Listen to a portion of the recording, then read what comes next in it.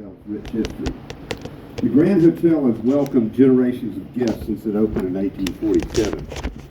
An enduring landmark and tribute to Southern hospitality.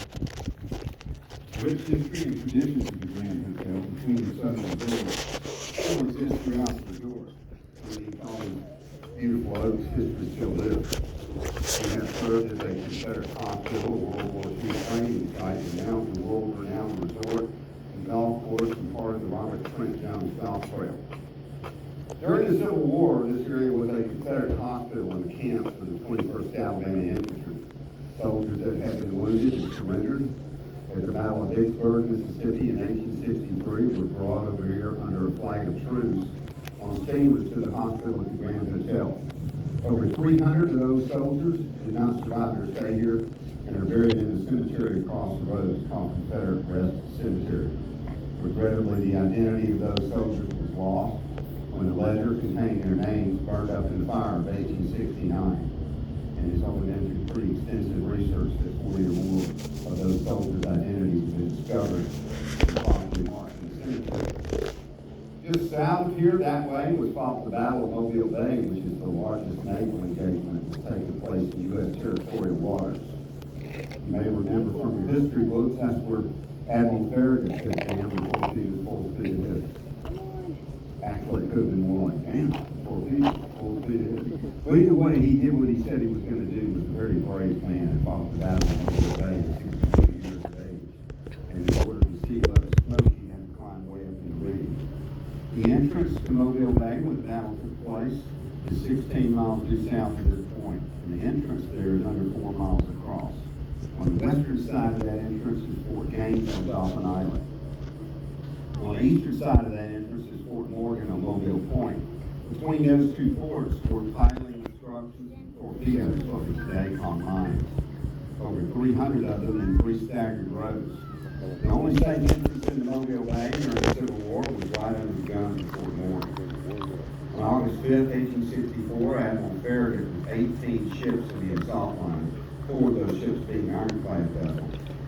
On that day, he steamed between those two forts to fight the Battle of Mobile Bay against the Confederate squadron of 4 ships, one of which was a very large ironclad Confederate vessel, CSS Tennessee. One of the lead ships of the Union Navy, the USS Tecumseh, which was one of the ironclad ships, struck one of those torpedoes or mines and sank within a minute. So 93 of its sailors, as well as Captain Craven, are still on the bottom of the bay in permanent grave.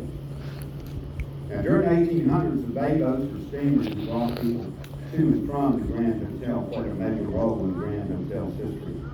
One of the most famous of those was the Ocean Wave, which blew up here on August 27, 1871, killed 35 people and wounded a couple of dozen more. The Texas Bar was used as a temporary hospital for that particular boating disaster. Hurricanes have also shaped the Grand Hotel's history, most notably the 1906 and 1916 hurricanes, Hurricane Frederick in 1979, Ivan in 2004, and Katrina in 2005. In all of those instances, the Grand Hotel was pretty severely damaged, but came back better and stronger than it had been before. In 1941, the third resort here was completed, and in 1947, Lakewood Golf Club was completed, starting out as an 18-hole golf course and ending up as a 36-hole world-renowned golf course and part of the Robert Trent Jones Golf Trail. Now, during World War II, this whole area serves as a training facility for the U.S. Army, Air Corps, and Naval personnel in what they called Operation Ivory Soap.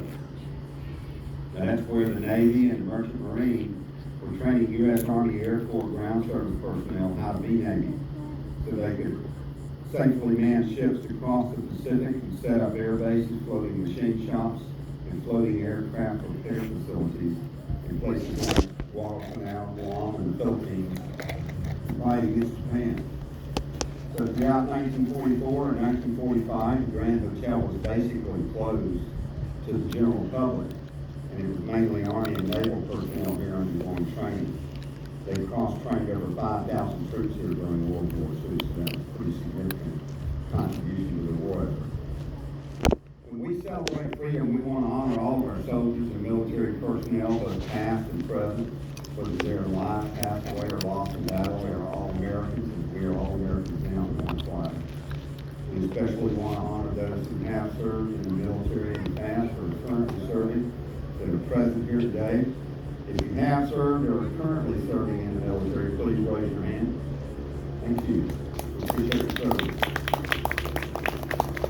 And this flag is flown over Kuwait, Saudi Arabia, Afghanistan, and Iraq by our military, so we honor them, our country, and ourselves every day when we do the Pledge of Allegiance. You join me in the Pledge of Allegiance. I pledge allegiance to the flag of the United States of America and to the republic for which it stands, one nation under God, indivisible, with liberty and justice for all. Thank you.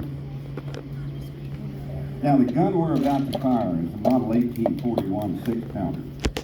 This type of gun was used in the Mexican War in 1846, and then all through the Civil War. But by the end of the Civil War, most of these had been replaced for rifled artillery with a newer 12-pounder Napoleon that launch like this also. This gun will fire a 6-pound exploding shell 1,525 yards. That's a few hundred yards short of a mile. And that's at 5 degrees elevation with a pound and a quarter service. Straight up there, maybe past the second floor. And we're only going to shoot about a half-pound charge. Right here? So it's less than half the original powder charge.